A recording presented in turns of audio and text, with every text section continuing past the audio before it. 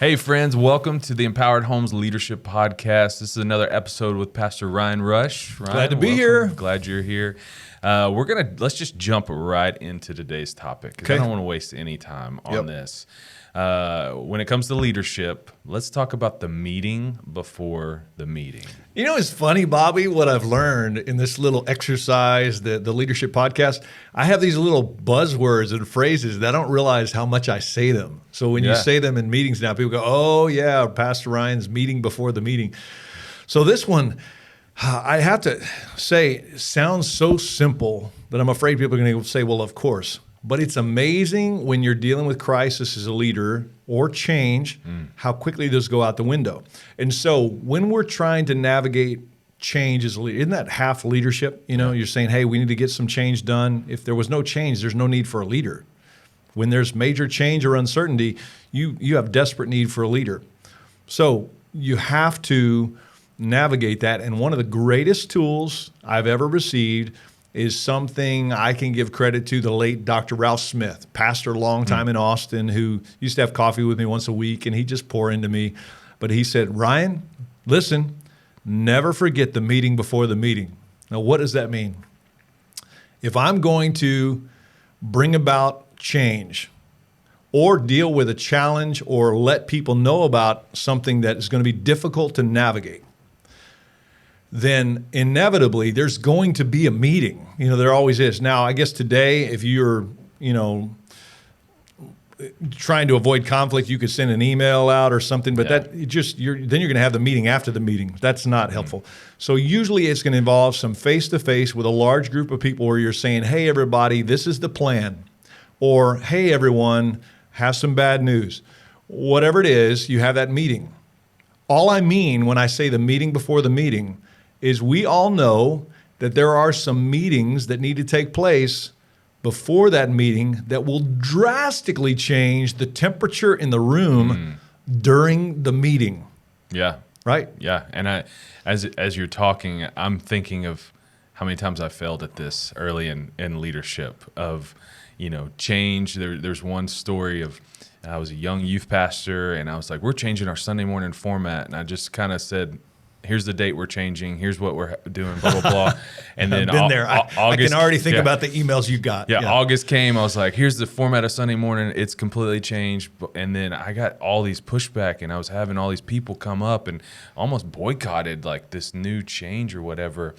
And looking back, I'm like, the key leaders that I should have got on my team, and I should have met with them before to talk to them and all that stuff. If I would have known the meeting before the meeting back then, it would have saved me heartache on this. And it's a huge thing. It's a big deal. It's funny, Bobby, because it seems so simple. And in all my years of ministry, I don't think I've ever had a meeting before the meeting that was unappreciated. When I sat down with somebody, even if they radically disagreed with whatever we were going to do, and I said, listen, I just felt as though you deserve to know this information now that I'm going to share.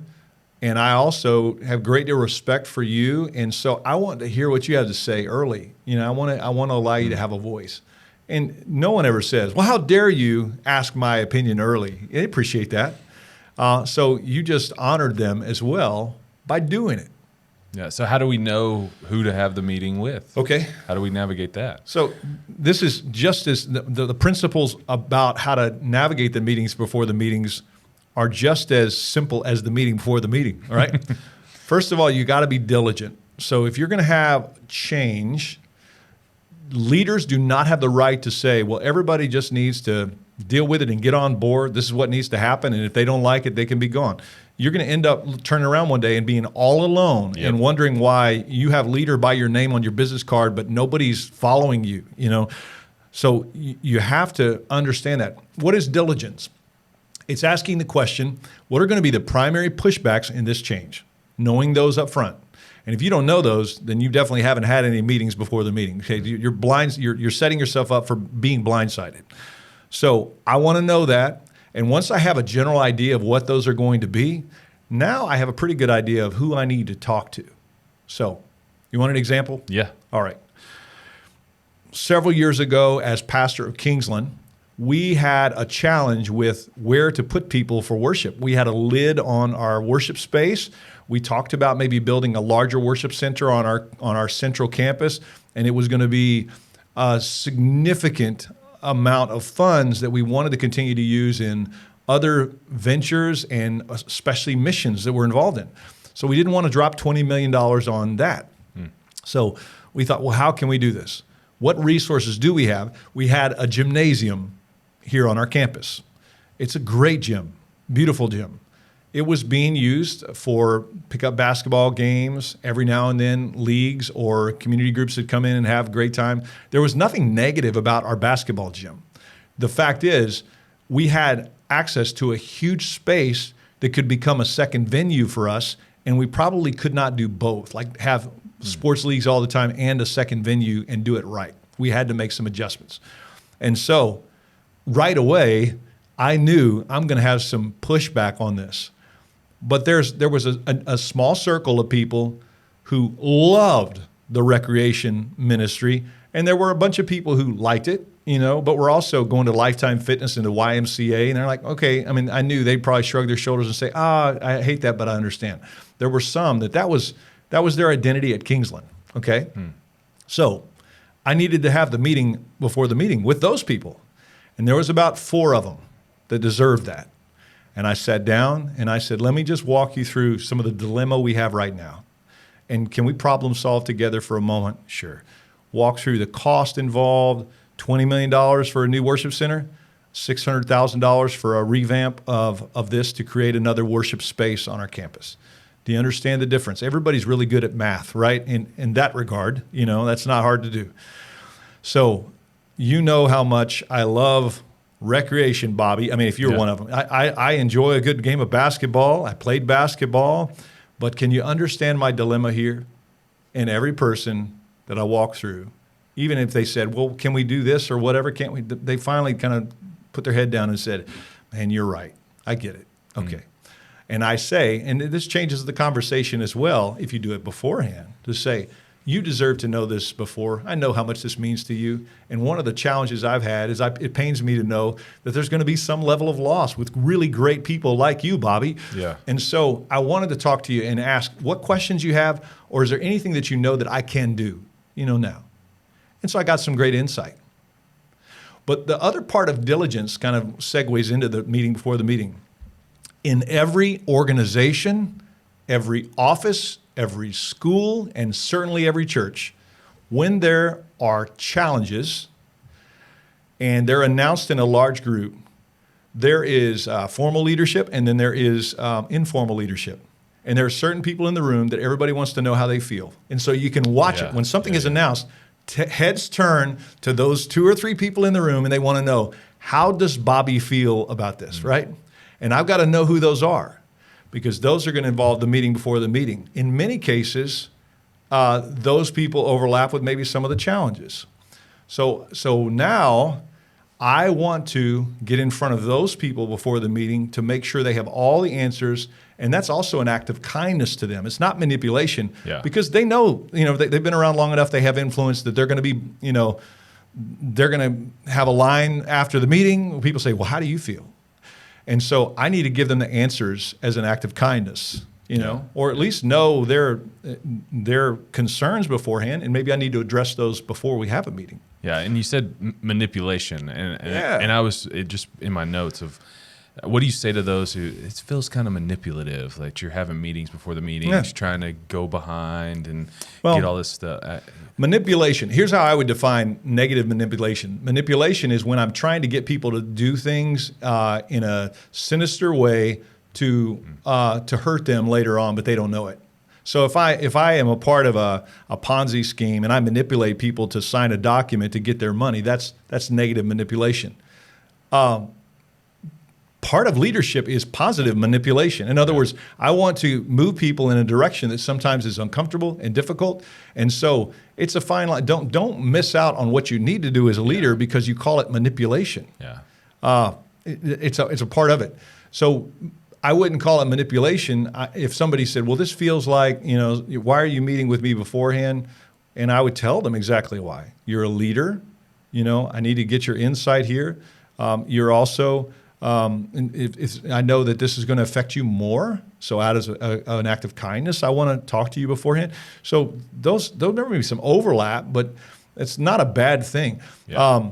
I remember somebody saying about a parent one time, you know what, that mom is a little bit manipulative with her kids. And I thought, well, she better be. You know, that's what moms and dads are supposed to be. You know, I'm going to manipulate my kids' lives for the better, you know, but I would never want to harm them. Yeah. So that's the difference. Yeah, absolutely. And I think doing the meetings before the meetings, it's not easy. It's easy just for me to come in and send an email and say, hey, we're changing the format on Sunday mornings, deal with it, get over it. Right. But it takes effort and energy and time, and so it's not manipulation. Yes. It's not. It's definitely it's leadership. Like I think it's the key to understanding your people or organization and going to those people and giving them grace, giving them love. I think it's a vital tool for leaders to understand and hold on to and think about. When's the next time? I guess let's talk about practically. You know, let's say I'm in the middle of wanting to change something. You know, what are the steps that you go through of like, okay, here's what we have in front of us. Here's the change, or here's the challenge. All right, how do I identify those people? And then how do I set that up? Is there a strategy to maybe get a bunch together? Do I set up lunches, or what's your? No, there is a strategy. No, it doesn't involve large groups of people.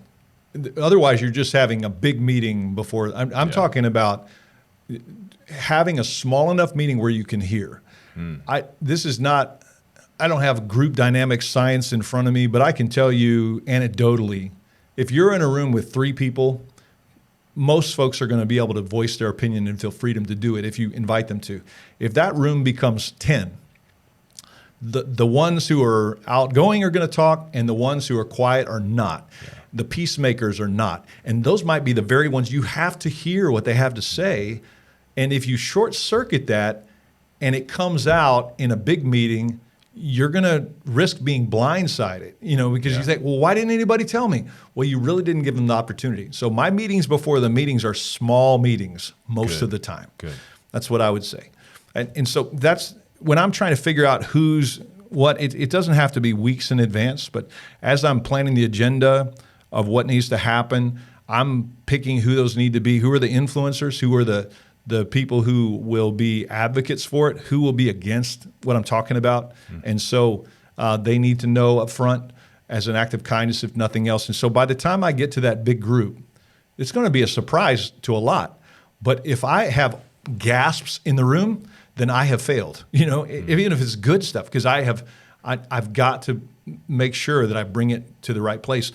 Cotter, John Cotter, great professor and author on change. He wrote a book called Leading Change. It's outstanding. And one of the components of leading change that he always talks about is build a guiding coalition. If you walk in as a lone crusader, you're just setting yourself up for people going, I'm not interested in that, because nobody really wants to change. I mean, it's not a pleasant experience. We like generally how things go. If you want to change, you'll do it yourself. You don't like other people to tell you to change, whether it's a gym converted to a worship center, or it is some really bad news that came across that you have to share. Whatever it is, you have to prepare the people by preparing the people who will help the people, right? That's part of it. Yeah. And so just kind of the end of that story maybe is a good way to close. Bobby, so as you know, if you come on the Kingsland campus today, you walk in, the worship center is a wonderful place to gather, and it seats just under 1,100 people. And you can walk across the hallway into the gymnasium. We call it the courts now. And it is a wonderful worship experience, a beautiful venue. Underneath the carpet in squares, there's still a basketball court. And a couple times a year, we get to pull that up and have some basketball games and have some people in there. For most of the year, it serves a different purpose now. And we're able to reach hundreds more people because of that difficult decision. And guess what? The people that could have been the biggest advocates or made it into a us versus them or a win versus lose thing are some of the ones who attend in there and love it, you know? So it's looking back, here's what we know. We gained 600 seats additional So almost the same that we would have had we built a $20 million worship center for about $600,000. Yeah. And that's a win. That's a huge But it involved win. a lot of meetings. Yeah. The meeting before the meeting, I think, is one of the vital tools for every leader's tool belt that we've got to have that. Don't make the same mistakes I made early on. But all of us, man. But we all do. But I think leveraging the meeting before the meeting can help us have unity. I think it builds unity. It builds trust. And it's a huge, powerful tool. And it takes time, energy, and effort, but it's worth every ounce of that. Yeah. So, yeah. One more thing that is very helpful in the meeting before the meeting, I'm actually I'm honing my argument. I'm getting better when I'm rehearsing really for the big meeting by my talking points. I'm having somebody help me, even if they don't realize that's their role, if they're against it, saying, well, what about this and this? And so I have a challenge, or if it's insurmountable, I can say, well, I don't even need to have that meeting. Yeah. But I'm always going in better prepared with that. Listen, have the meeting before the meeting. Absolutely. And if you want more information about the meeting before the meeting or anything else on our leadership development, you can find all of that at empoweredhomes.org/leaders. Thanks, Pastor Ron. Hey, my pleasure. Thanks, Bobby.